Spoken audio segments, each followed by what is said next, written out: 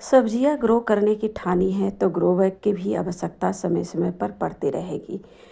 तो सब्जियों को लगाने के लिए एक बड़े से ग्रो बैग मैं भी खरीद ली और ये ग्रो बैग रेक्टेंगुलर शेप में है और इस ग्रो बैग में मुझे 5 तरह के सीड भी फ्री में दिए गए।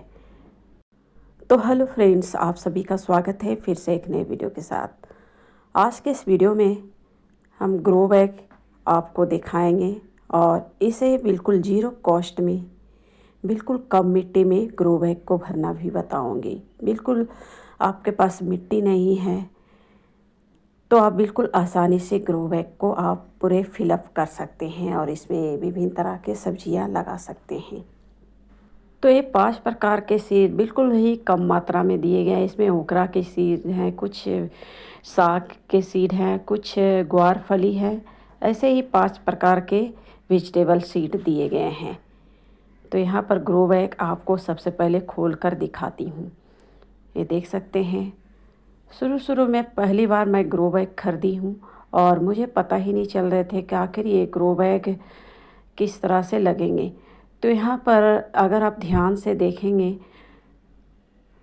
तो 3 जगह आपको डंडे की सहायता से इस ग्रो बैग को खड़ी करनी है, यानी कि इसमें नीचे के साइड से आपको डंडे लगानी है। शुरू में पता भी नहीं चल रहे थे कि इसे कैसे खड़ी करूं, लेकिन बार बार मुड़ रहे थे तो कोशिश की कि इसे चले थोड़े से मैं मिट्टी भर दूं तब थोड़े से खड़ा हो जाएंगे, तब भी ये अच्छी तरह से खड़ा नहीं हो पा रहे थे। तो यहाँ पर फिर बाद में ध्यान से देखी तो यहाँ पर ग्रो बैग में 6 डंडे को लगाना था और बस ग्रो बैग को भरना शुरू कर दी।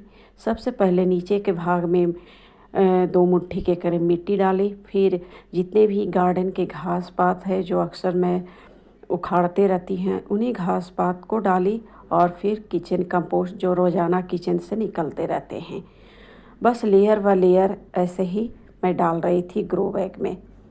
आपको ध्यान देनी है कि जब भी ग्रो बैग भरें आपको नीचे के पोर्शन में मिट्टी डालनी है और उसके बाद आप किचन कंपोस्ट घास वगैरह जो भी हो, किचन कंपोस्ट घास वगैरह डालनी है और ऊपर से हल्की मिट्टी आपको इस तरह से डाल देनी है और फिर दोबारा से आप किचन कंपोस्ट यानी कि लेयर व लेयर आपको इसी प्रकार से डालनी है। तो ये देख सकते हैं 3 डंडे इधर साइड से लगेंगे और 3 डंडे उधर साइड से, पूरे 6 डंडे यानी कि 6 पैर पर ये ग्रो बैग खड़ी हो चुके हैं।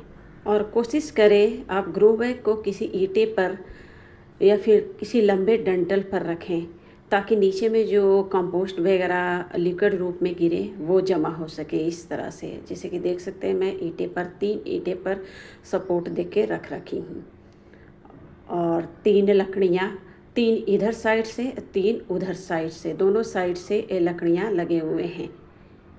और अब लग रहे हैं कि ये चौड़े ग्रो बैग बिल्कुल तैयार हैं। तो फटाफट मैं इस ग्रो बैग को भर कर दिखाती हूँ और वीडियो को आप एंजॉय करें।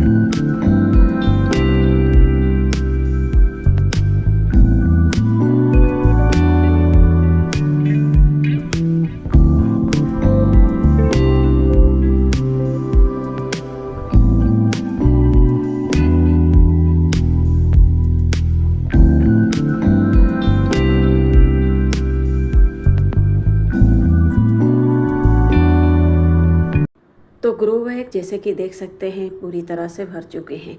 एक पॉली बैग में भिंडी के प्लांट लगे हुए थे जो मैं भिंडी के सीड से ही ग्रो की हूँ, जिसका वीडियो भी आप लोगों के साथ शेयर कर चुकी हूँ।